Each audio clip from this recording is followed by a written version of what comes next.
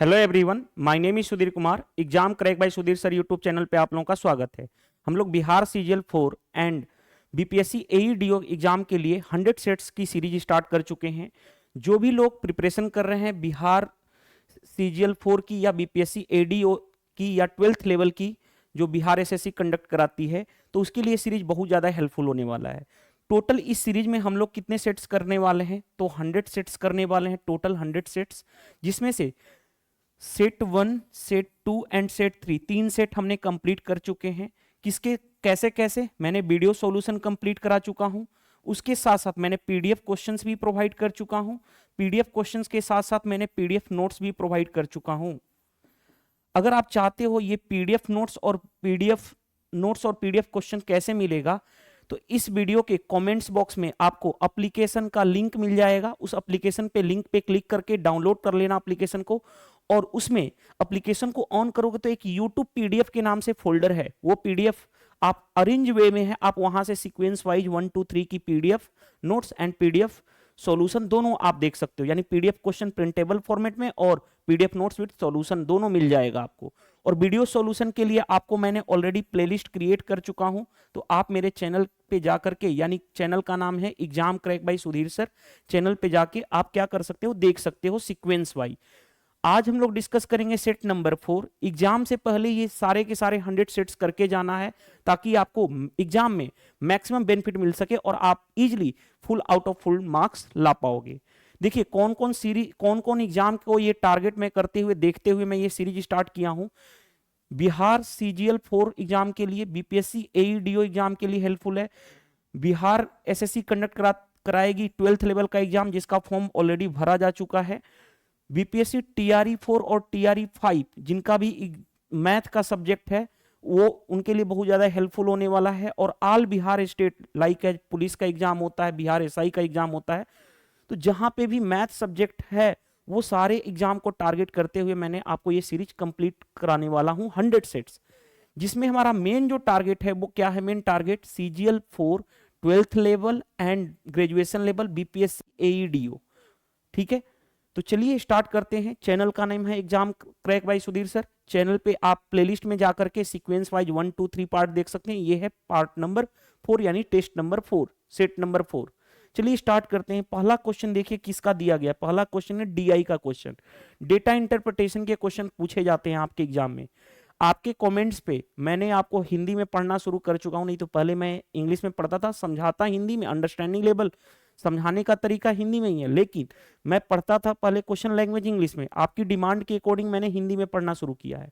क्या कहा गया? दिए गए आरेख 6 बहुराष्ट्रीय कंपनियां C1 C2 C3 C4 C5 C6 क्या है? देखो ध्यान से, 6 कंपनी है, C1 C2 C3 C4 C5 C6, 6 company है। पहला कंपनी C1 कौन सा है? ये। C2 कौन सा है? ये। C3 कौन सा? ये डायग्राम दिया गया है। C4 ये है, C5 ये है, और C6 कंपनी ये है। आगे के मुख्य कर्मचारी अधिकारियों सीईओ की प्रति वर्ष लाख में वेतन के वितरण को दर्शाया गया है। यानी जो ये सैलरी है, यानी उसका आय जो है, सीईओ जो कंपनी है उसके सीईओ, उनका लाख में दिया गया है उनकी सैलरी, राइट। यानी कंपनी C1 की सीईओ का सैलरी कितना है? 55 लाख। ये भी कितना है? 55 लाख। ये 65 लाख, ये 60 लाख, ये 75 लाख, और ये कंपनी 6 का 50 लाख। अब आगे कंडीशन देखो, अब क्वेश्चन जो कहा गया है उस पर फोकस करते हैं।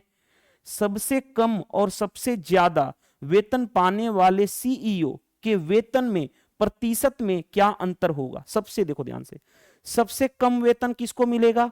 50, 55, 55, 65, 60, 75 में सबसे कम कौन सा है? ये 50 है। सबसे ज्यादा वेतन किसको मिल रहा है? इस वाली कंपनी को, क्योंकि ये 75 है। ये देखो ध्यान से, इनमें परसेंटेज डिफरेंस बताना है हमें, प्रतिशत में अंतर बताना है। तो देखो ध्यान से, न्यूनतम वाला कितना था? कम वाला, सबसे कम वाला 50, सबसे ज्यादा वाला कितना है? 75। ये सबसे कम है, ये सबसे ज्यादा, दोनों के बीच में परसेंटेज डिफरेंस पहले बताओ कितने का डिफरेंस है? डिफरेंस कितने का है? 25 का। किससे कंपेयर कर रहे हैं? न्यूनतम से, यानी 50। परसेंटेज में करना है 100 से मल्टीप्लाई। ये 50 लाख था, ये 75 लाख, यानी 25 लाख का अंतर। आउट ऑफ 50 लाख परसेंटेज में करना है 100 से मल्टीप्लाई। 50 से काटोगे 2 बार में, यानी 50% आ जाएगा। यानी अंतर जो है वो कितना परसेंटेज में आएगा, वो कितना होगा 50%। आई होप ये क्वेश्चन समझ में आ गया होगा, मजा भी आया होगा, क्वेश्चन को देख के फील भी होना शुरू हो गया होगा। तो डीआई के क्वेश्चन आसान होते हैं, डेटा इंटरप्रिटेशन के क्वेश्चन करते उसको आपको क्वेश्चंस को पढ़ के समझने की अंडरस्टैंडिंग होनी जरूरी है। नेक्स्ट देखिए ध्यान से, क्वेश्चन क्या दे रखा है। क्वेश्चन दिया गया है कुछ त्रिभुजों की भुजाएं नीचे दी गई हैं, पहचानिए इनमें से कौन सा समकोण त्रिभुज है। देखो ध्यान से, समकोण त्रिभुज मेंसुरेशन का क्वेश्चन है। समकोण त्रिभुज जिसको इंग्लिश में बोलते हैं राइट ट्रायंगल। राइट ट्रायंगल क्या होता है आपको पता है? राइट ट्रायंगल क्या होता है? यानी समकोण त्रिभुज ऐसे होता है, ये वाली साइड मान लेता हूं ए, ये वाली साइड बी, हाइपोटेनस 90 के सामने हाइपोटेनस यानी कर्ण, यानी ये होता है, इसको सी मान लेता हूं। तो आपको पता है क्या होता है, ये वाला साइड का स्क्वायर ए स्क्वायर प्लस बी स्क्वायर किसके बराबर होता है? हाइपोटेनस यानी कर्ण के स्क्वायर के बराबर। ये आपको पता होना चाहिए। अगर ये बेसिक सा टर्मिनोलॉजी पता है फिर क्वेश्चन बना लोगे। लेकिन दूसरी बात, एक और शॉर्ट अप्रोच, एग्जाम अप्रोच सिखा रहा हूं। एग्जाम अप्रोच क्या है? आपको पता है ट्रिपलेट के बारे में, आपने ट्रिपलेट जानते होंगे, नहीं जानते हैं तो याद रख लो ट्रिपलेट किसको फॉलो करते हैं? समकोण त्रिभुज को, यानी राइट ट्रायंगल को, समकोण त्रिभुज को फॉलो करते हैं। ट्रिपलेट कौन कौन सा होता है? 3, 4, 5 ट्रिपलेट होता है, 6, 8, 10 ट्रिपलेट होता है। यानी इसका स्क्वायर करोगे, इसका स्क्वायर इसके बराबर आएगा। सबसे बड़ी साइड हाइपोटेनस होती है। 7, 24, 25 ट्रिपलेट होता है। 8, 15, 17 ट्रिपलेट होता है। 9, 40, 41 ट्रिपलेट होता है, राइट। उसके बाद 10, 60, 61 ट्रिपलेट होता है। इस तरह से बहुत सारे 20, 21, 29 ट्रिपलेट होता है, राइट। 12, 35, 37 ट्रिपलेट होता है। तो ये ट्रिपलेट किसको फॉलो करते हैं? राइट एंगल ट्रायंगल को। तो देखो ध्यान से, सबसे पहले देखते ही मेरे को ये पता चल रहा था 7, 24, 25 है, ये ट्रिपलेट है। सबसे बड़ी साइड हाइपोटेनस यानी कर्ण, तो यही हो जाएगा साइड। क्यों हमें नहीं, तो आप ये वाला को चेक करके कर सकते हो। देखो ध्यान से, 4 का स्क्वायर 16, 5 का स्क्वायर 25, 16 और 25 कितना हो जाएगा? 30 और 11 41। 7 का स्क्वायर 49, क्या बराबर आ रहा है? नहीं आ रहा है। 5 का स्क्वायर 25 प्लस ये 5 का स्क्वायर 25, 50 हो गया। यहाँ 6 का स्क्वायर 36, क्या 50 36 के बराबर है? नहीं। 4 का स्क्वायर 16, 5 का स्क्वायर 25, 16 और 25 कितना होगा? 41। ये 6 का स्क्वायर 36, क्या बराबर होगा? नहीं। लेकिन यहां पे देखो 7 का स्क्वायर 49, 24 का स्क्वायर कितना होता है? 576। 1 से लेके आपको 50 तक, 1 से लेके 50 तक के स्क्वायर आपको फिंगर टिप्स पे याद होना चाहिए। 25 का स्क्वायर कितना होता है? 625। क्या ये 625 आ गया? 9, 6, 15, 57, 4, 61 और 1, 62, यानी 625 यही सेटिस्फाइड कर दिया। तो इसी तरह से भी कर सकते हो, नहीं तो आपने ये वाला ट्रिपलेट का यूज देखते ही आपको पता चला, क्वेश्चन बन जाएगा इजीली। तो दोनों वे से मैंने बता दिया जिसमें आप कंफर्टेबल फील कर दो। लेकिन एग्जाम अप्रोच यही है कि एग्जाम अप्रोच क्या है, मेरा जो क्वेश्चन करने का तरीका है वो है कि भाई ट्रिपलेट आप याद रख लो, ट्रिपलेट के अकॉर्डिंग आप इजीली कर सकते हो, राइट। आपने पढ़ा होगा, जिस भी टीचर से पढ़े होंगे आपको ट्रिपलेट सिखाए होंगे कि ट्रिपलेट क्या होता है। ट्रीगो में बहुत ज्यादा यूज होता है, ट्रिग्नोमेट्री में, मेंसुरेशन में, जहां पे भी राइट एंगल ट्रायंगल फॉर्म हो यानी समकोण त्रिभुज फॉर्म हो, वहां पे हमें जरूरत पड़ती है। नेक्स्ट में देखो ध्यान से, क्वेश्चन क्या दिया गया है। जैसे देखो ध्यान से, हमारे पास दे रखा है ये, यदि इतना इज इक्वल टू क्या दे रखा है? इतना, देन ए और बी का मान बताओ। देखो 1/5√2 - 7 दे रखा है कितना? a√2 plus B. एक कॉन्सेप्ट बताने जा रहा हूं, देखो ध्यान से। इसको लिखते कैसे हैं? देखो ये नीचे माइनस है ना, तो ऊपर लिखेंगे प्लस, यानी 5√2 + 7 अपॉन, नीचे क्या करते हैं? नीचे क्या करेंगे? इसका स्क्वायर माइनस इसका स्क्वायर का डिफरेंस। तो 5 का स्क्वायर 25 × 2 50 - 7 का स्क्वायर 49, 50 - 49 यानी 1। ये रेशनलाइजेशन एक्चुअल में ऐसे लिखेंगे डायरेक्टली, यानी क्या हो गया? a√2 + b। देखो ध्यान से, ये लिखने का डायरेक्ट अप्रोच पता चला। अगर यहां पे माइनस है तो ऊपर प्लस लिखेंगे, प्लस होता तो ऊपर माइनस लिखते, देखो। नहीं तो एक्चुअल जो होता है वो ये होता है 1/5 5√2 -7 ये दे रखा है ना, हम रेशनलाइजेशन करेंगे, रेशनलाइजेशन करेंगे तो ये निगेटिव है तो उसके पॉजिटिव यानी +7 से ऊपर और नीचे 5√2 +7 से नीचे मल्टीप्लाई करेंगे तो ऊपर क्या हो जाएगा 5√2 +7 अपॉन नीचे a minus B a plus B, तो क्या होगा a square minus B square a square, 5 का स्क्वायर 25 इंटू 2√2 का स्क्वायर 2, 25 इंटू 2 50, 7 का स्क्वायर 49, 50 और माइनस 49 यानी 1। तो क्या हम इतना अपना लिख करके टाइम बर्बाद करेंगे? नहीं, ये एक्चुअल यही होता है कॉन्सेप्ट, लेकिन हम डायरेक्ट कैसे लिखेंगे? देखो माइनस है तो ऊपर लिख देंगे प्लस, कोई दिक्कत नहीं। अब इसका स्क्वायर 5 का स्क्वायर 25 इंटू 2 50 माइनस इसका स्क्वायर 49, दोनों के बीच का डिफरेंस 1 तो 1 लिख दिए।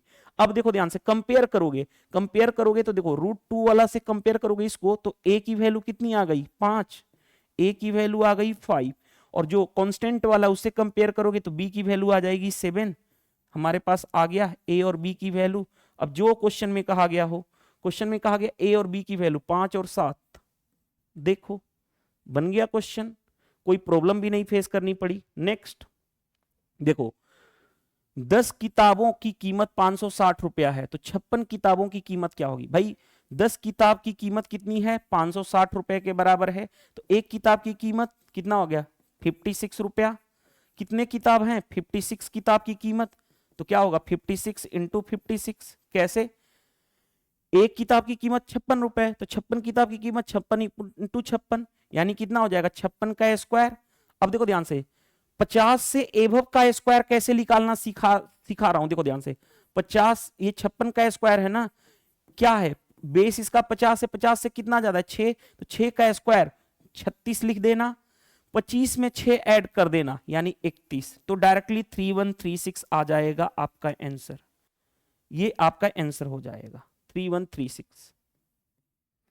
जैसे मान लो मेरे को निकालना है 58 का स्क्वायर, तो 50 से कितना ज्यादा है 8 ज्यादा है, तो 8 का स्क्वायर 64, 2 डिजिट तक लिखेंगे 64, 25 में 8 जोड़ देंगे 25 और 8 33, तो इस तरह से हम इसका लिख देते हैं। आप जिस भी टीचर से आपने पढ़ा होगा इससे पहले कभी भी, तो उन्होंने आपको स्क्वायर निकालना कैसे फास्ट निकालते हैं वो सिखाए होंगे, नहीं सिखाए तो मैं जहां पे जरूरत पड़ रही है मैं सिखा रहा हूं आपको। चलिए नेक्स्ट में देखो ध्यान से क्वेश्चन में क्या कहा गया है। कहा गया कि दो संख्याओं का एचसीएफ 15 है, एलसीएम कितना है इतना, यदि उनमें से एक संख्या इतनी है तो दूसरी संख्या बताओ। फॉर्मूला जानते हो LCM into HCF equal to पहला नंबर गुणा दूसरा नंबर यानी first number into second number. ये रहा एलसीएम कितना है, एलसीएम है 225, एचसीएफ कितना है 15, फर्स्ट नंबर कितना है 45, सेकेंड नंबर निकालना है मान लेता हूं एक्स, एक्स की वैल्यू निकालो 15 से 3 बार में 3 से कट जाएगा 5 2 7 2 9, 3 से कट 3 7 21, 3 5 15 यानी दूसरा नंबर कितना हो जाएगा 75, आपका आंसर हो जाएगा 75। कौन सा आंसर है? नहीं आंसर है तो यही आंसर होगा। कैसे? देखो ये मेरा जो था 225 into 15 equal to 45 into X, तो एक्स की वैल्यू ऐसे ही लिख सकते हो 225 इंटू 15 अपॉन 45, तो वही चीज तो लिखा हुआ है, इसी चीज को मैंने कैंसिल कर दिया, इसने डायरेक्टली ऐसे ही लिख दिया एग्जामिनर, तो आपका आंसर मैंने कैंसिल कर दिया, मैंने ध्यान नहीं दिया कि ऑप्शन में क्या लिखा हुआ है। राइट, रुक जाइएगा।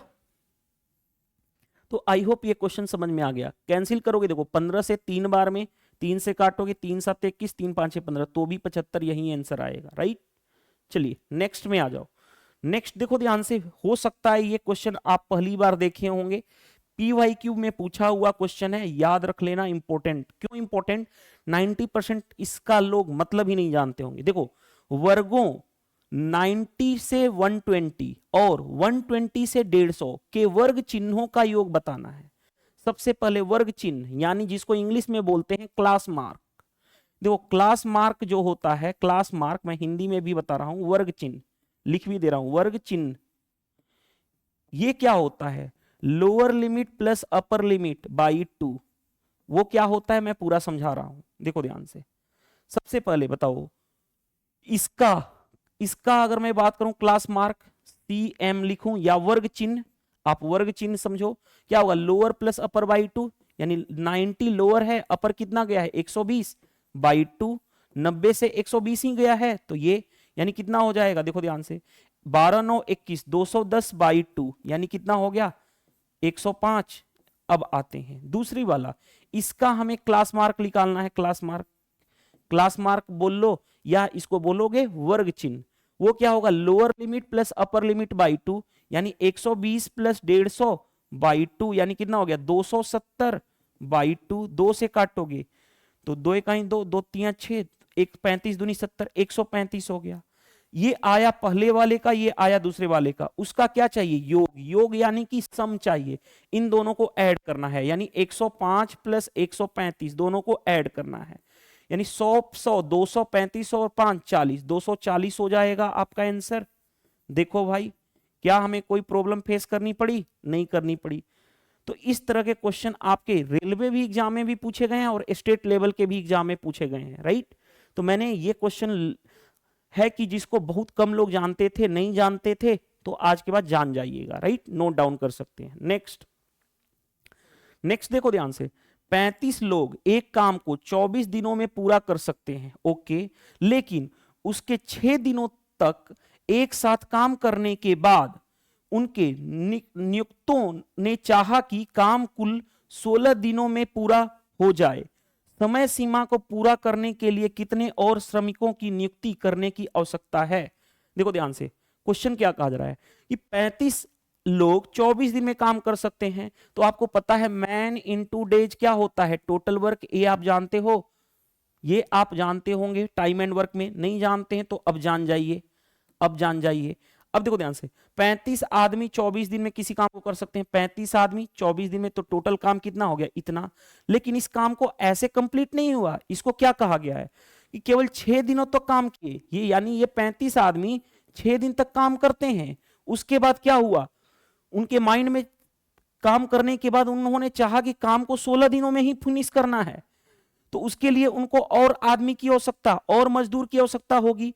तो पहले 35 आदमी थे और मजदूर मान लेता हूं एक्स आदमी और लगाने पड़े, और काम को 16 दिन में कंप्लीट करना था। 6 दिन यहां पे कर चुके हैं तो 10 दिन यहां पे लगाएंगे तभी तो 16 दिन होगा।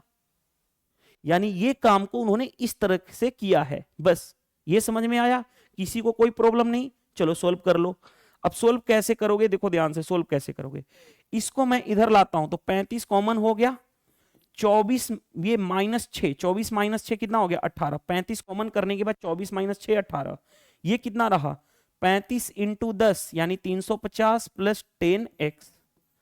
अब देखो ध्यान से, या ऐसे मैं इसको ऐसे भी लिख दूं 35 × 10 प्लस 10x। क्यों ऐसा लिखा, फिर देखो इसको इधर लाओगे तो 35 कॉमन हो गया, हाँ जी, ये बचा 18, इधर आएगा -10, 18 - 10 यानी 8 = 10x हो गया। अब देखो ध्यान से, 35 × 8 = कितना हो गया 10x। 2 से काटूं, 2 से 4, 2 से 5, 5 से 7, 7 × 4 यानी x की वैल्यू 28, यानी 28 और आदमी को लगाना पड़ेगा ताकि काम जो है टाइम यानी 16 दिन में ही कंप्लीट हो जाए। Option C correct answer. आसानी से क्वेश्चन हमने बना दिए। कॉन्सेप्ट की क्लियरिटी होना सबसे ज्यादा जरूरी है, कॉन्सेप्ट क्लियर होना। चलिए मूव टू द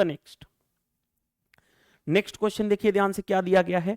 देखो डरने की जरूरत नहीं होती है कि बड़ा क्वेश्चन देख के डरना होता है, नहीं डरना होता है। जितना बड़ा क्वेश्चन मैं उतना ही सिंपल अप्रोच सिखाता हूं। मेरा देखो पढ़ाने का एक ही वे है, मैं आपको एग्जाम ओरिएंटेड अप्रोच सिखाता हूं। एग्जाम में कम टाइम में क्वेश्चन को कैसे सोल्व किया जाता है, वो भी सिंपल अप्रोच, कॉन्सेप्चुअल अप्रोच। क्योंकि tricks is applied for some particular question but concept is applied for all the question. तो वैसा अप्रोच अप्लाई करो जो सिंपल हो, एग्जाम ओरिएंटेड हो, एग्जाम में सबसे फास्ट कर सको, वो चीज है। जैसे देखो ध्यान से क्वेश्चन में क्या कहा गया है, मुंबई से पुणे कार से जाते समय मुझे पता चला कि एक टायर में 2 छेद हो गए हैं। भाई मुंबई से पुणे कार लेके कोई पर्सन जा रहा था और उसको पता चला कि भाई उसके कार में 2 छेद हो गए हैं। मेरे पिछले अनुभव के आधार पर मुझे लगा कि पहला छेद अकेला 9 मिनट में टायर को पंचर कर देगा। यानी कि अनुमान लगाता है कि पहला जो छेद अकेला 9 मिनट में टायर को पंचर कर देगा, यानी 9 मिनट में, ओके। एंड दूसरा छेद इसे 6 मिनट में कर देगा। यानी भाई देखो पहला पंचर हो जाएगा 9 मिनट में, 9 जो पहला छेद अकेला 9 मिनट में टायर को पंचर कर देगा, ओके। दूसरा छेद उसे 6 मिनट में कर देगा।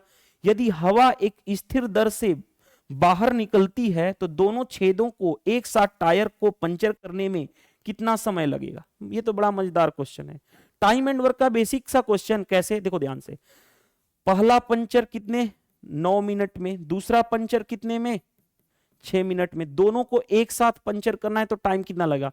टोटल वर्क इन दोनों का एलसीएम, टोटल वर्क कितना हो गया 18, एलसीएम 9 से डिवाइड करोगे 2, 9 6 से डिवाइड करोगे 3, दोनों का मिला के इफिशियंसी कितना हो गया 5। हमें टाइम बताना है कितना टाइम लगेगा, तो टाइम टोटल वर्क और उसकी इफिशियंसी से डिवाइड, यानी 18 को 5 से डिवाइड। देखो ध्यान से, तो 5 3 15, रिमाइंडर बचा 3, शेष बचा 3/5, यानी इतना टाइम लगेगा, इतना मिनट में था आंसर, तो मिनट में होगा क्योंकि सारा डाटा मिनट में था। तो 3 सही 3/5 मिनट। बताओ क्या डरने की जरूरत है? बड़ा क्वेश्चन देख के डरते हैं? नहीं डरते हैं यार। चलिए नेक्स्ट, ये भी क्वेश्चन बहुत कम लोग कर पाएंगे, नहीं कर पाएंगे, फिर भी मैं बताऊंगा, अच्छे से बताऊंगा। क्यों? सबसे पहले कंपोजिट नंबर के बारे में पता होना जरूरी है। जैसे देखो ध्यान से, मैं सब कुछ बता रहा हूं। सबसे पहले प्राइम नंबर, प्राइम नंबर क्या होता है? प्राइम नंबर होता है अभाज्य संख्या। अभाज्य संख्या, अभाज्य संख्या क्या होता है? वो नंबर जिसके क्या हो, only two factor, only two factor, यानी जिसके केवल 2 गुणनखंड हो। हिंदी में लिख लीजिएगा, केवल 2 गुणनखंड हो। प्राइम नंबर स्टार्ट कहां से होता है? 2 3 5 7 11 13, यानी वो नंबर जो केवल सेल्फ से कटे, बाकी किसी और से ना कटे, 1 से कटे और सेल्फ से कटे, इस तरह से ये प्राइम नंबर हो गया। ये पता चल गया प्राइम नंबर के बारे में। अब आते हैं, देखो ध्यान से, अब आते हैं कंपोजिट नंबर।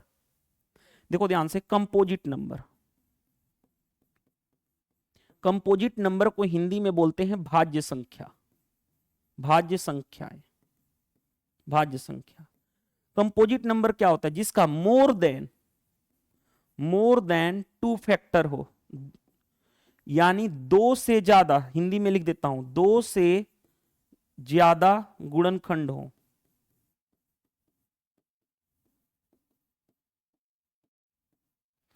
कंपोजिट नंबर जैसे सबसे पहले क्या होगा? 4 होगा। पहला कंपोजिट नंबर 4 होता है जिसके 2 से ज्यादा गुणनखंड है। क्यों? क्योंकि ये 1 से भी डिवाइड होगा, 2 से भी होगा और 4 से भी होगा, तो 3 हो गए।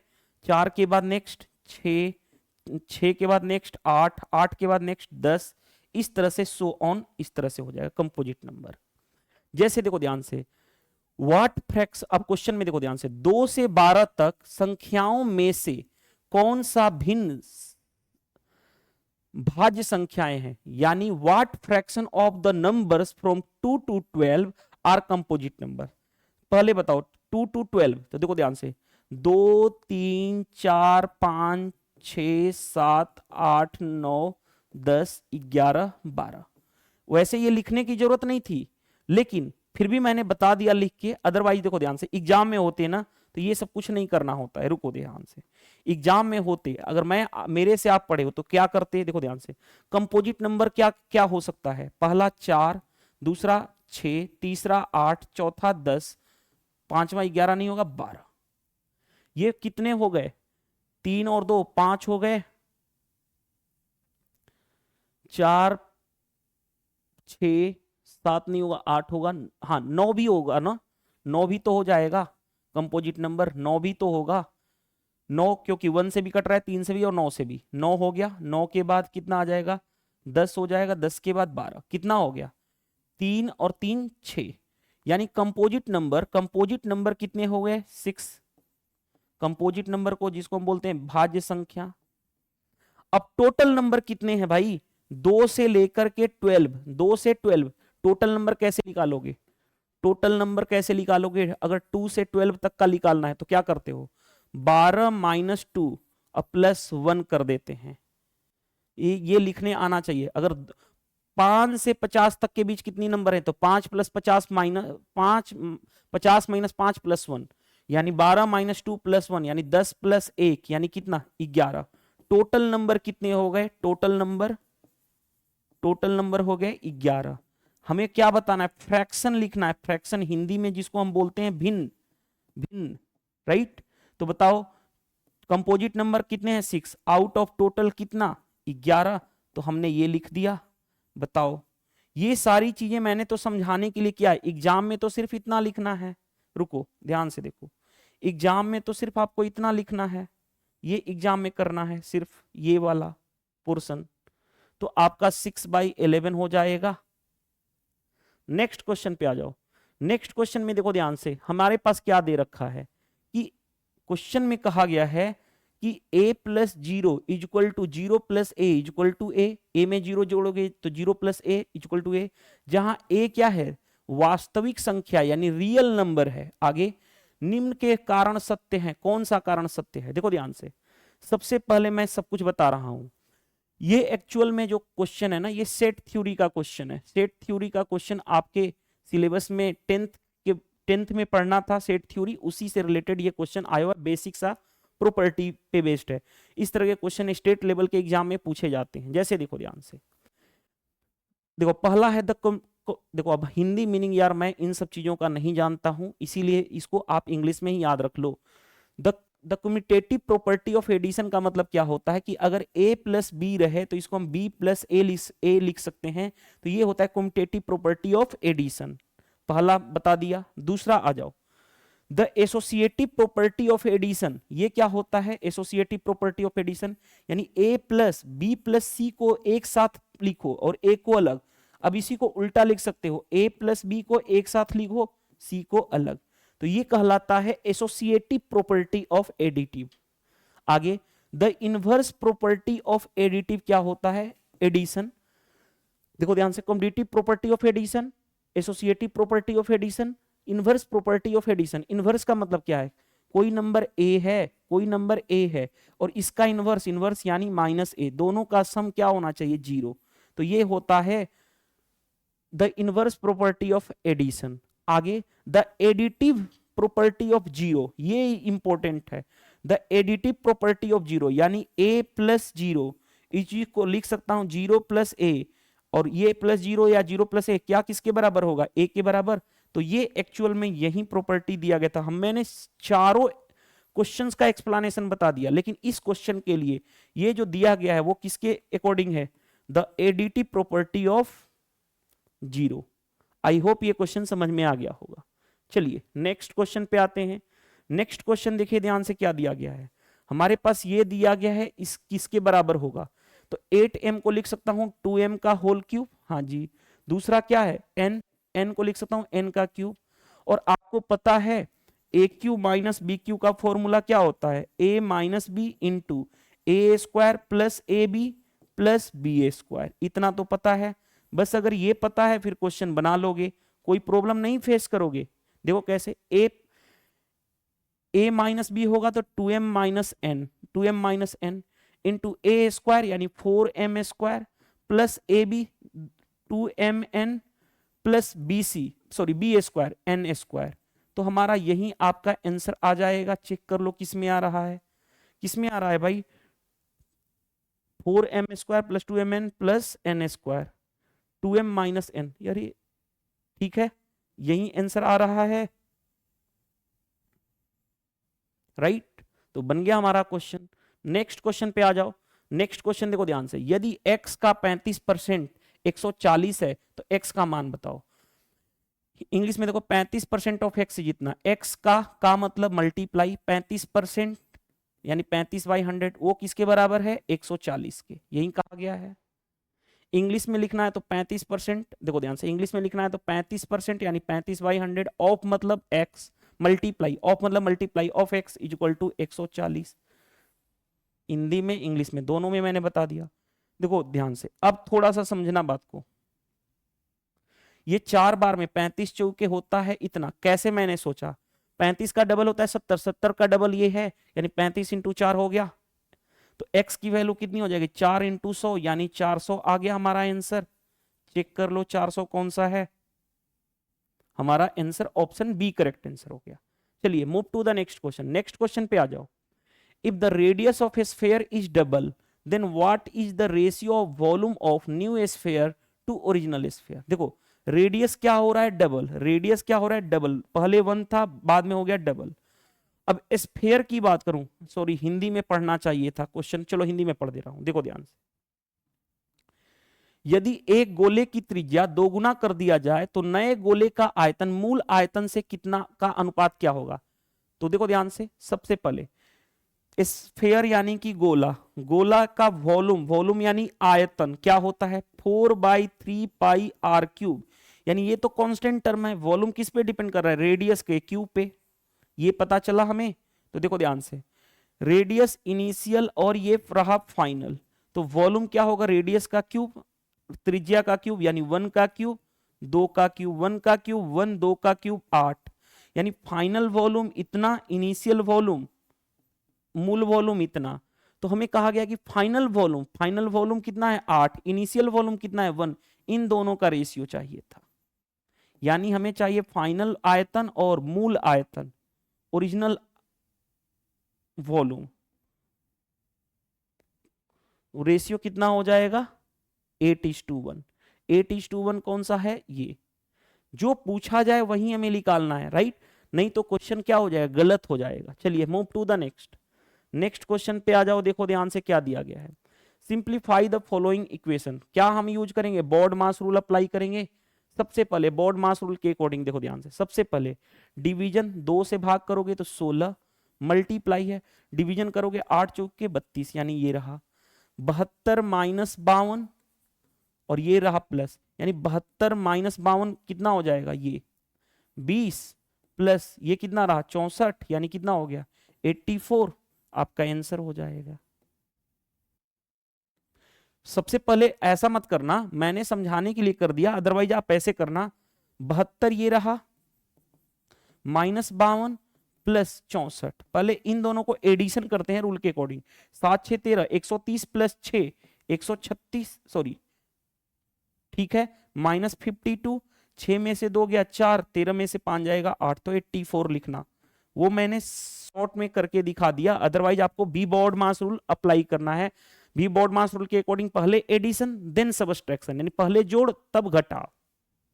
बन गया क्वेश्चन। नेक्स्ट देखो ध्यान से क्या दिया गया है।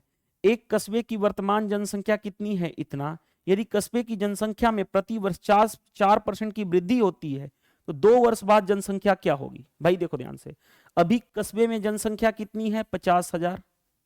50,000 है ना। 4% होता कितना है? 4% होता है 1/25। इंक्रीज मतलब प्लस, 25 से 1 बढ़ जाएगा, यानी 26/25 पहले साल, दूसरे साल भी क्या होगा? मल्टीप्लाई होगा 26/25 और 2 साल में यही जनसंख्या हो जाएगी। अब कैसे डील करोगे? देखो ध्यान से, कैसे क्वेश्चन को सोल्व करोगे वो देखो ध्यान से। 25 चौके 100, 25 से 25 चौके 100। अब देखो ध्यान से, 26 का स्क्वायर कितना होता है? 26 का स्क्वायर 676 इंटू 5 चौके 20, 20 वाठा, सॉरी 5 चौके 20, 20 चौके 80, ये रहा। अब मल्टीप्लाई कर लो, 0 8 छके 48, कैरी हो गया 4, 56 और 4 60, कैरी हो गया 6, 48 और 6 54, यानी इतना आ जाएगा आपका आंसर। चेक कर लो किस में आ रहा है। मेरे अकॉर्डिंग तो ऑप्शन डी आ रहा है, तो डी करेक्ट आंसर हो जाएगा। बन गया ये भी क्वेश्चन। चलिए move to the next. Next में देखो ध्यान से क्या दिया गया है। अमरजीत सिंह एक काम को 5 दिनों में पूरा कर सकता है, अपने बेटे की मदद से उसने 3 दिनों में पूरा कर सकता है। यानी अगर अपने बेटे के साथ काम करे तो 3 दिनों में पूरा कर सकता है। बेटा अकेले इस कार्य को कितने दिनों में पूरा कर सकता है? तो ये आसान है, अमरजीत है प्लस उसका बेटा, बेटा को मैंने बी मान लिया, तो अमरजीत अकेले कितने दिन में काम को कर सकता है? 5 दिनों में। अगर अमरजीत के साथ उसका बेटा मिल जाए, बी मतलब बेटा, तो वो कितने दिनों में काम कर सकते हैं? 3 दिनों में। दोनों का एलसीएम कितना हो गया? 15, यानी टोटल वर्क यानी टोटल काम। 15 को 5 से डिवाइड करोगे 3, 15 को 3 से डिवाइड करोगे तो कितना हो गया? 5। अब देखो ध्यान से, हमें पता ये चल गया इफिशियंसी, अमरजीत की इफिशियंसी 3 है, अमरजीत की इफिशियंसी 3 है, दोनों की मिला के इफिशियंसी 5, तो यहां पे क्या होगा? उसके बेटा की इफिशियंसी 2 आ जाएगा। क्या हमें कोई दिक्कत नहीं होनी चाहिए। अब बात करते हैं उसके बेटे का टाइम बताना है, कितना टाइम में कर सकता है। टोटल वर्क है कितना? 15, उसकी इफिशियंसी उसके बेटे की इफिशियंसी से भाग दे लो, यानी कितना होगा? 2 7 14, रिमाइंडर बचा, शेष बचा 1/2, यानी यही आ गया 7.5। बन गया क्वेश्चन। नेक्स्ट, नेक्स्ट में देखो ध्यान से, नेक्स्ट क्वेश्चन अच्छा क्वेश्चन है। क्या कहा गया है, ध्यान से पढ़ना। 5 घंटियां एक साथ बजना शुरू करती हैं। 5 घंटियां क्या होती हैं, एक साथ बजना शुरू करती हैं, क्रमशः इतना इतना इतना सेकंड के अंतराल पर बजती हैं। 30 मिनट में वे कितनी बार एक साथ बजेंगी। देखो ध्यान से कि कितने कितने अंतराल पे बज रही हैं, 2, 4, 6, 8, 10 सेकेंड पे। तो पहले हम इसका क्या निकालते हैं, एलसीएम। एलसीएम कितना होगा, एलसीएम कैसे निकालते हो वो देखो ध्यान से। सबसे पहले सबसे बड़ा नंबर पकड़ो, कितना हो गया, 10, हटा दो। देखो ध्यान से, 8 है, 8 में कितना है, 2 ऑलरेडी इसमें आ चुका, 4 नहीं आया तो 4 यहां पे, 2 और 3, 2 ऑलरेडी यहां पे है, 3 नहीं है तो 3 एलसीएम में होगा, 4 यहां पे है, 2 यहां पे है, तो यानी कितना हो गया, 40 तिया 120। एलसीएम हमने डायरेक्टली निकाल लिया 120। अब 120 क्या आ गया, सेकेंड आ गया। अब देखो ध्यान से, कहा गया कि 30 मिनट में वो कितनी बार बजेंगी, तो नंबर ऑफ टाइम्स कितनी बार बजेंगी, 30 मिनट, मिनट 30 मिनट, मिनट को सेकंड में करना है तो 60 से मल्टीप्लाई, और एक बार एक बार बजने के लिए इतना सेकंड चाहिए तो 120 से भाग, तो 60 का डबल इतना, 2, 2 से 15, यानी n इज इक्वल टू कितना हो गया, 15 बार बजेंगी। बहुत सारे लोग इसी को आंसर कर देते हैं, नहीं भाई ये गलत हो जाएगा। कहा गया कि वे कितनी बार एक साथ बजेंगी, तो टोटल कितनी बार बजेंगी, ये देखो ध्यान से, 15 प्लस 1 जो भी आएगा उसमें 1 ऐड कर देना, 16 टाइम्स बजेगा एक दूसरे के साथ, 16 बार बजेंगी। क्यों, उसके पीछे का रीजन बता रहा हूं, देखो क्यों। 5 घंटिया स्टार्टिंग में तो एक बार बजी होंगी, तो एक पहले, और इसीलिए ये 1 हम ऐड कर देते हैं, तो कितना, 16 बार बजेंगी। तो 90% लोग इसको टिक लगा देते हैं, जबकि गलत हो जाएगा। तो समझने वाली बात है, कॉन्सेप्ट की लर्निंग लेना जरूरी है। नेक्स्ट, नेक्स्ट देखो ध्यान से, मेंसुरेशन का क्वेश्चन है। एक बेलन और एक शंकु एक ही आधार पर त्रिज्या और एक ही आधार त्रिज्या और एक ही ऊंचाई के हैं। बेलन का आयतन का शंकु के आयतन से अनुपात बताना है। देखो ध्यान से भाई, सिलेंडर, सिलेंडर यानी जिसको हम हिंदी में बोलते हैं बेलन, और दूसरा क्या है भाई हमारे पास, शंकु, शंकु यानी कि कोन, यानी कि शंकु। दोनों का आयतन यानी वॉल्यूम क्या होता है, इसका वॉल्यूम होता है पाई आर स्क्वायर एच, इसका वॉल्यूम होता है 1/3 पाई आर स्क्वायर एच। अब दोनों का हमें रेशियो चाहिए ना यही, लेकिन कंडीशन एक दिया गया कि दोनों का रेडियस और हाइट सेम ही है, तो दोनों सेम ही है, तो ये दोनों कैंसिल हो जाएगा, पाई से पाई कैंसिल हो जाएगा, यहां पे बचेगा 1 और यहां पे बचेगा 1/3, क्रॉस मल्टीप्लाई हो जाएगा, तो 3:1 का रेशियो आएगा।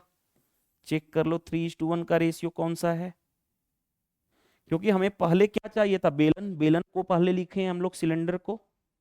आई होप ये क्वेश्चन समझ में आ गया होगा। नेक्स्ट, नेक्स्ट में देखो ध्यान से, हमें क्या चाहिए, हमें इसका मान चाहिए।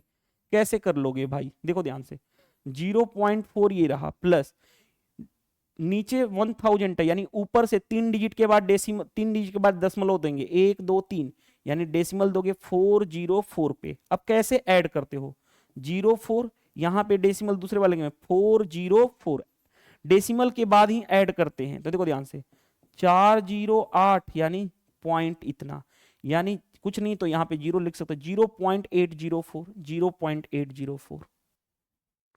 नेक्स्ट, नेक्स्ट पे आ जाओ। इस तरह के क्वेश्चन को क्या ऐसे लिखते हैं, जैसे देखो ध्यान से, इसको लिखना सिखाया था, पहले नंबर लिखो, पहले मैं इसको सोल्व करने की कोशिश करूं। देखो ध्यान से, पहले नंबर लिख दो, जितने डिजिट पे बार उतना 9, प्लस नंबर लिखो 2, जितने डिजिट पे बार उतना 9। अब देखो ध्यान से, एलसीएम लोगे, अब एलसीएम निकालने से बेटर है मैं क्या बोलता हूं, बेस को सेम बना दो, यानी हर जो है, हर जिसको हिंदी में बोलते हैं उसको सेम बना दो। 11 से नीचे 11 से ऊपर मल्टीप्लाई कर दिया, कोई फर्क पड़ा नहीं। लेकिन नीचे क्या हो गया, 99 99, तो नीचे 99 डायरेक्टली आ गया, ऊपर अब डायरेक्टली ऐड कर सकते हो, 23 + 22 यानी कितना हो जाएगा 45/99। अब 45/99 आपका आंसर आ जाएगा, लेकिन आंसर तो कोई है ही नहीं ऑप्शन में उस तरह का। तो सबसे पहले देखो ध्यान से समझा रहा हूं चलिए ध्यान गले में खराश आ गई है रुक जाइएगा। ध्यान से देखिएगा अब। 0.2 बार, इसका बार का मतलब क्या होता है कि ये नंबर रिपीट हो रहा है, 2 रिपीट हो रहा है। जैसे 0.23 दो डिजिट पे बार, इसका मतलब क्या है 0.2 डिजिट पे बार है, यानी ये दोनों डिजिट रिपीट हो रहा है, 2 3 सो ऑन, इस तरह से रिपीट हो रहा है। इसका बार का मतलब यही होता है जो मैंने आपको बहुत अच्छे से समझा दिया। अब आते हैं यहां पे, ऑप्शन देखो ध्यान से, ऑप्शन देखो ध्यान से, यहां पे पहला ऑप्शन 0.4, देखो ध्यान से, 5 रिपीट हो रहा है, यानी 5 पे बार, यानी ये क्या है, इसको लिखना चाहो तो 45 लिखोगे पहले नंबर, जिस पे बार नहीं है उतना माइनस, अपॉन जितने पे बार है उतना डिजिट, जितने पे बार नहीं उतना जीरो, जितने पे बार है उतना 9, जितने पे बार नहीं है उतना जीरो, यानी ये कितना हो गया 41/90। हमारा तो आना चाहिए कितना ये। अब आ जाओ दूसरा ऑप्शन 0.45, ये तो 45/100 है, ये तो गलत हो जाएगा। अब देखो ध्यान से 0 पॉइंट, ये क्या रिपीट हो रहा है 454545, यानी 45 पे बार, यानी क्या लिख सकते हो इसको, नंबर लिखो जितने डिजिट पे बार उतना 9, यानी यही मैच कर रहा है, तो यही आंसर होगा। ये क्या है 0 पॉइंट, ये क्या 434343 रिपीट हो रहा है, यानी 434343, यानी 43 पे बार, यानी कितना है 43/99 है। तो ऑप्शन कौन सा मैच कर गया, ऑप्शन सी मैच कर गया। नेक्स्ट, एक मेज को 1750 रुपए में बेचने की तुलना में 1800 रुपए में बेचने पर 4% अधिक लाभ होता है। भाई देखो, पहले बेच रहा था 1750, उसके कंपेयर में हमने बेच दिया कितने में 1820 रुपए में, बेचने पे क्या हो रहा है 4% का लाभ। कितना एक्स्ट्रा हमने रुपए में बेचे 50, और वो परसेंटेज में कितना मिला है 4, यानी 4% की वैल्यू किसके बराबर है 50 के। जी, लागत मूल्य यानी क्या बताना है कॉस्ट प्राइस, यानी कॉस्ट प्राइस क्या होता है 100%, 100% की वैल्यू बता दो। कैसे लिखोगे 1% की वैल्यू 50/4, 100% की वैल्यू 100 से मल्टीप्लाई, ये काटोगे 25, 25 इंटू 5 यानी 125, यानी 1250 आ जाएगा आपका आंसर। यानी वस्तु का लागत मूल्य कितना था 1250। क्या हो गया गला, एक मिनट मैं थोड़ा सा ना पानी पी लेता हूं ताकि गला को डिटॉक्स हो जाएगा। एक मिनट बस, थोड़ा सा रिलैक्स।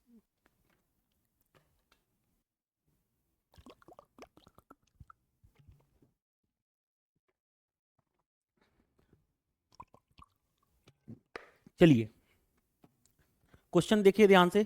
क्वेश्चन, नेक्स्ट क्वेश्चन क्या कहा गया है, आपके स्क्रीन पे दिया गया है, एक चतुर्भुज का क्षेत्रफल दे रखा है इतना, सम चतुर्भुज का क्षेत्रफल 96 सेंटीमीटर स्क्वायर, उसका एक विकर्ण है इतना, उसकी भुजा की लंबाई ज्ञात करनी है।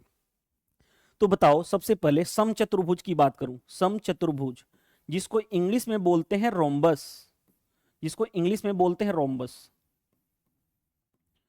सम चतुर्भुज का एरिया यानी क्षेत्रफल क्या होता है half into diagonal first into diagonal second, यानी विकर्ण फर्स्ट इंटू विकर्ण सेकेंड।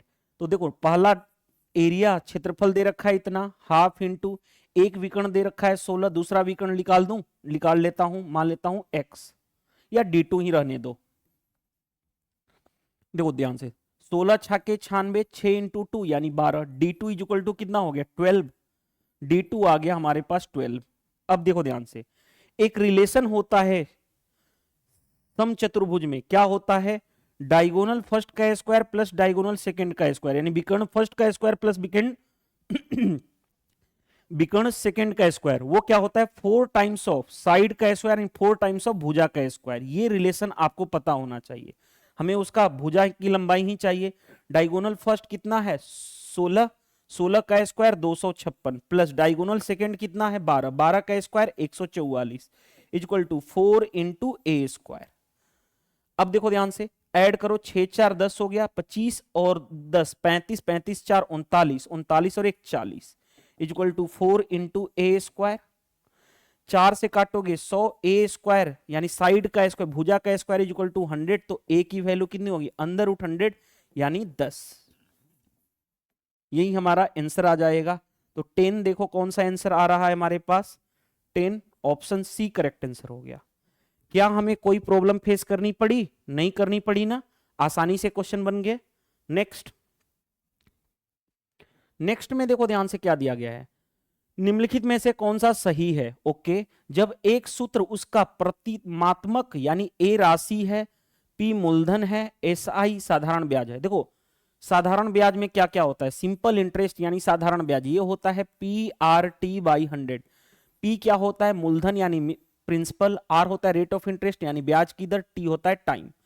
उसी तरह से अगर मैं बात करूं सिंपल इंटरेस्ट क्या होता है, तो अमाउंट माइनस प्रिंसिपल यानी मिश्र धन माइनस मूलधन, राइट, ये होता है। अमाउंट क्या होता है, ये सॉरी सिंपल इंटरेस्ट इतना होता है। अगर मैं बात करूं अमाउंट क्या होगा, तो अमाउंट क्या होगा, अमाउंट क्या होगा, प्रिंसिपल में सिंपल इंटरेस्ट को ऐड कर दो यानी मूलधन में उसके ब्याज को ऐड कर दो तो मिश्र धन हो जाता है। तो अब देखो कौन सा रिलेशन मैच कर रहा है, मेरे अकॉर्डिंग तो भाई A is equal to P plus S I. तो ये फॉर्मूला, तीनों फॉर्मूला आपको पता होना चाहिए, बस बाकी और तो कुछ नहीं है, एक ही फॉर्मूला हर जगह काम आता है, इस फॉर्मूले पे पूछ दिया गया है क्वेश्चन सिंपल इंटरेस्ट में। नेक्स्ट में देखो ध्यान से, क्वेश्चन को हमें सोल्व करना पड़ेगा।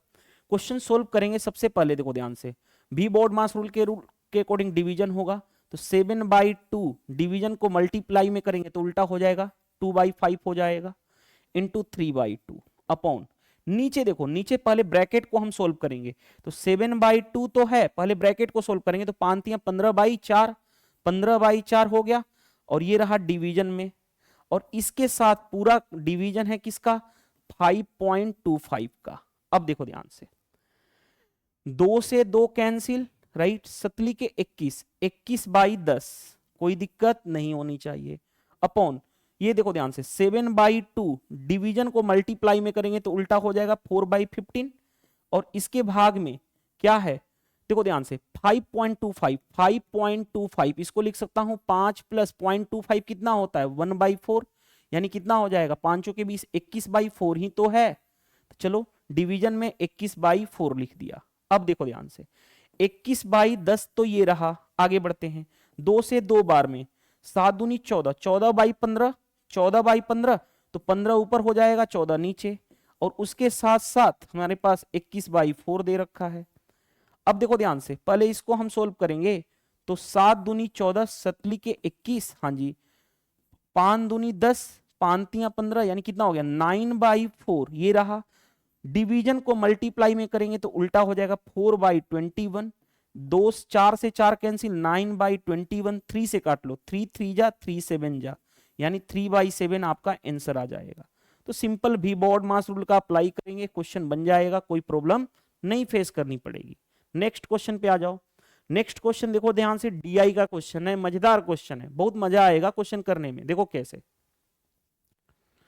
क्या दिया गया है, दिए गए ग्राफ में मार्च 2019 के महीने में एक दुकान द्वारा बेचे गए लैपटॉप और मोबाइल की संख्या और अन्य उत्पादों की संख्या के बीच का अंतर ज्ञात करें जो इलेक्ट्रॉनिक वस्तुओं का कारोबार करती है। देखो ध्यान से, जो ये ग्राफ दे रखा है लाइन ग्राफ, इसमें क्या है, रेडियो है, टीवी है, लैपटॉप की बात बोली गई, मोबाइल और वॉचेज यानी घड़ी की बात बोली गई है, ये चीजें हैं दी गई हैं। आगे कहा गया है कि दिए गए ग्राफ में, देखो ध्यान से, बेचे जाने वाले ग्राफ में लैपटॉप और मोबाइल की संख्या, लैपटॉप कौन सा वाला है, लैपटॉप ये वाला है, रुको, लैपटॉप ये वाला है, मोबाइल कौन सा वाला है, मोबाइल ये वाला है, राइट।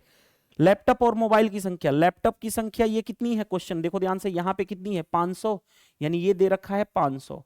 मोबाइल की संख्या यहाँ पे ये लाइन, ये वाला लाइन कितनी है 600, यानी ये है 600। तो इन दोनों की संख्या एक साथ ऐड करोगे तो कितना हो गया 1100, कोई दिक्कत नहीं है। आगे बढ़ते हैं, बाकी जो बच गए तीन कौन सा, रेडियो, रुको अरे यार कलर मैं चेंज कर लेता हूं, रुक जाइएगा ताकि मजा आ जाए आपको देखने में। रेडियो की बात बोलूं,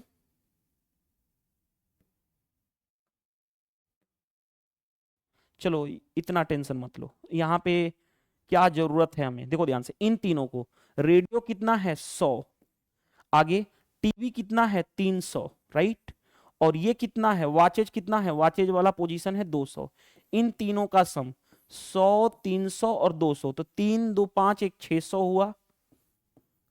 अब क्वेश्चन में क्या कहा गया था, लैपटॉप और मोबाइल की संख्या, बाकी जो बच गए उनका बीच का अंतर बताना है। इन दोनों के बीच का अंतर कितने का हुआ, डिफरेंस अंतर 500 का हुआ। बताओ क्या क्वेश्चन में कोई प्रॉब्लम रहा, नहीं रहा।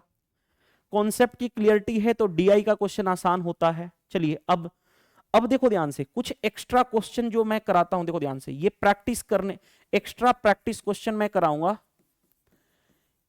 ये जो एक्स्ट्रा प्रैक्टिस क्वेश्चन क्या होता है, इसमें मैं एडवांस मैथ के पोर्शन को रखता हूं 3 से 4 क्वेश्चन पर डे, ताकि अगर कल को, वैसे तो आपके सिलेबस का पार्ट नहीं है, लेकिन कल को दे क्योंकि 10th लेवल के सिलेबस तो हैं, आपको ज्योमेट्री 10th वगैरह में भी पढ़ना था, तो स्पेसिफाई तो किया नहीं जाता है कि बोला जाता है 10th लेवल के सिलेबस हो जाते हैं, तो आपको दिया जा सकता है। ये तो क्वेश्चन एक ऐसे ही है, ये तो क्वेश्चन आसान है, ये तो अर्थमेटिक का ही है। देखो कैसे, x और y एक दूसरे के साथ सीधे भिन्न होते हैं। x 10 है तो y कितना है 15, भाई 10 है दूसरा 15 है, तो रेशियो कितना होगा, 5 से काटो, 5 दूनी 10, 5 तियां 15, 2 और 3 भिन्न के फॉर्म में 2 3 होगा।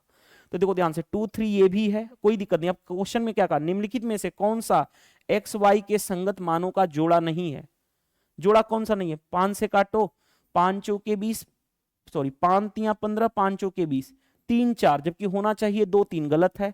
ये 4 दूनी 8, 4 तियां 12, ये 2 3 था, हाँ जी।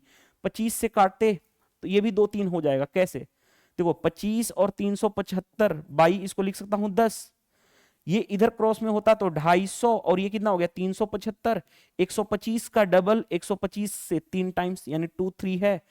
तो ये भी हमें इस क्वेश्चन में क्या कहा था, कौन सा मान जोड़ा मान नहीं है, नहीं वाला यही है, बाकी सभी 2:3 है, तो जोड़ा वाला नहीं है तो वो ये नहीं है, राइट।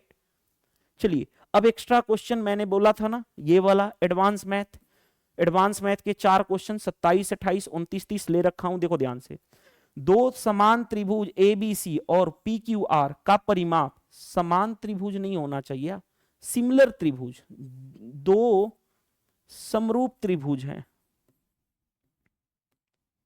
क्योंकि सिमिलर ट्रायंगल कहा गया है इंग्लिश में, ठीक है। दो समान त्रिभुज ए बी सी, दो समरूप त्रिभुजों ए बी सी और पी क्यू आर का परिमाप क्रमशः इतना और इतना दे रखा है। यदि पी क्यू दे रखा है 10 तो ए बी की वैल्यू बतानी है। देखो ध्यान से, दो त्रिभुज हैं, कौन कौन सा, ए बी सी, सिमिलर है यानी समरूप है किसके, पी क्यू आर के।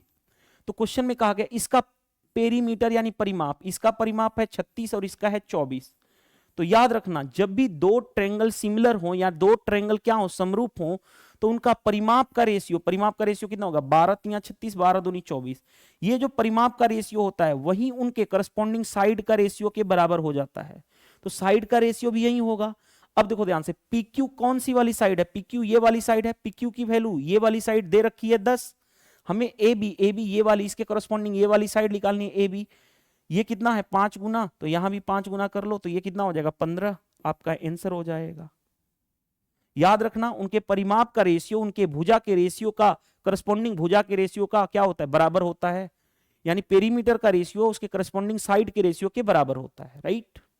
Next, sine 2a is equal to 2 sine a, याद रखो, देखो ध्यान से, साइन 2a एक का फॉर्मूला क्या होता है, फॉर्मूला बता दे रहा हूं, 2 साइन a इंटू कॉस ए, ये फॉर्मूला आप याद रखना।